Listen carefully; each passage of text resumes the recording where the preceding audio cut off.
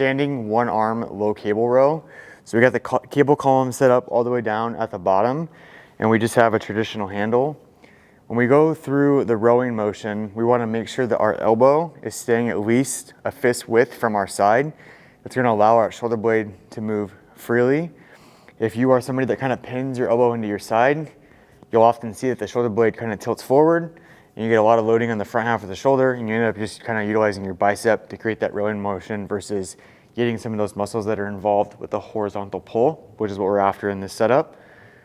The cable column, in terms of how far you're going to stand from it, that's going to vary relative to your height. Okay, so when we get set up, I like my clients to be able to have tension on the system at all times. So if I get too close and I'm standing, the weight is resting. So I don't actually have any tension in my body from the pulley.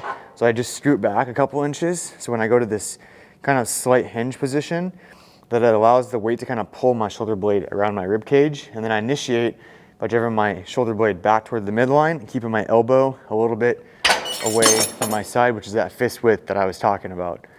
And then the last piece is going to be the shrug. So a lot of people will kind of end up doing, when it's a low cable row, they'll end up standing upright and kind of shrugging up and then pulling. You want to keep that hinge position to where your chest is pointed toward the pulley there. And as I pull back, I'm being mindful that I'm not allowing that shoulder to rise toward my ear.